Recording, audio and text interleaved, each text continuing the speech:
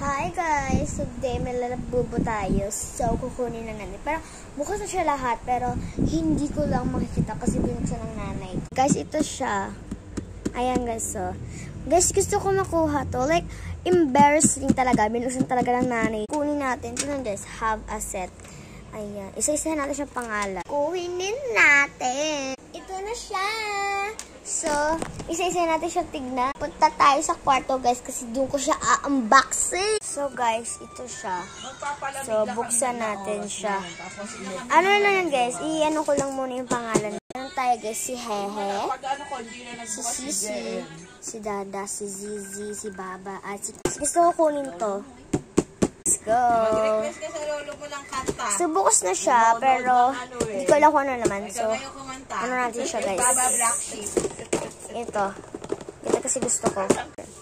So, let's go.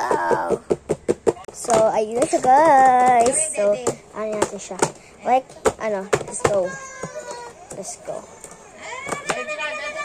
Let's go. Oh my God. Oh my gosh. Oh my gosh. Ah!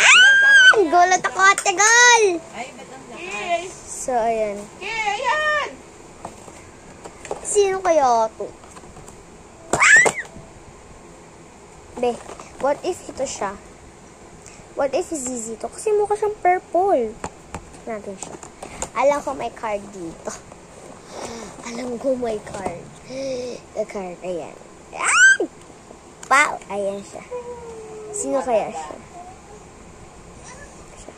Sino siya, guys? Si Zizi! Tingnan nyo, guys. Be, si Zizi siya. Yun. Ah! So, ano, lagyan natin siya dyan. Guys, ang cute. Tingnan nyo, guys. Pwede galaw yung kamay niya. Ang cute niya.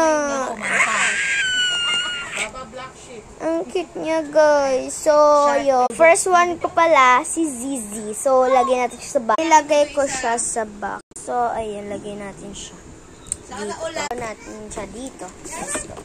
Tignan natin siya. At si Zizi, 4 na lang ay, hindi, 6 pala na hindi pa natin binubuksan. So, try natin this. Ayan. Try natin siya kung ano lang natin. So, ayan. Hindi natin ko lang anong pagpipili natin siya. So, guys, part 2.